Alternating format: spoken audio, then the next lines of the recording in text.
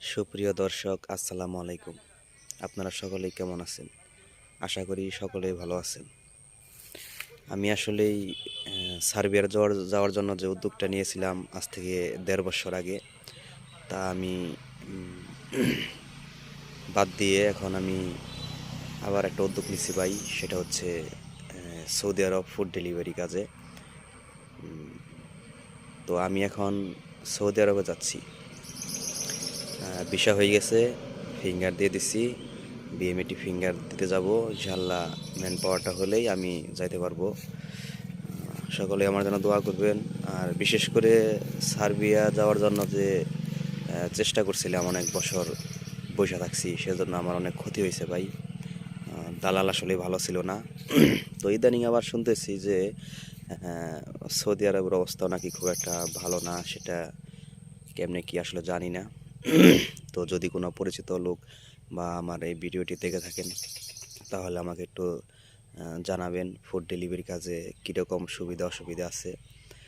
আশা করি food delivery কাজটা ভালোই। অনেকের কাছে শুনছি, অনেকে বলছে যে আসলেই ভালো। তো আমিও যাচ্ছি।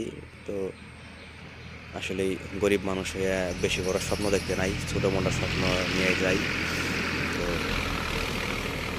তবে ফুড ডেলিভারি কাজে যদি কোনো লোক থেকে থাকেন বা কাজ করেন, বা সৌদি আরবের যতগুলা লোক থাকেন, তারা একটু আমাকে জানাবেন ভাই কমেন্টের মাধ্যমে যে আসলে কীভাবে কী করতে হবে। সৌদি আরবের যে ভাষাটা আছে, ভাষাটা নাকি অনেক গুরুত্বপূর্ণ। ভাষাটা শেখা নাকি খুবই জরুরি। ভাষা না শিখলে নাকি সৌদি আরবে ফুড ডেলিভারি করা যায় না। তো আমাকে একটু এই বিষয়ে কমেন্টের মাধ্যমে জানাইয়ে দিয়েন ভাই।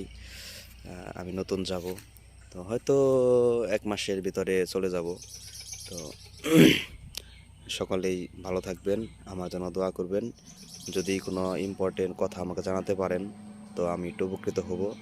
তো সকলে একটু কমেন্টের মাধ্যমে আমাকে জানাবেন বর্তমানে ফুড ডেলিভারি কাজের কি অবস্থা।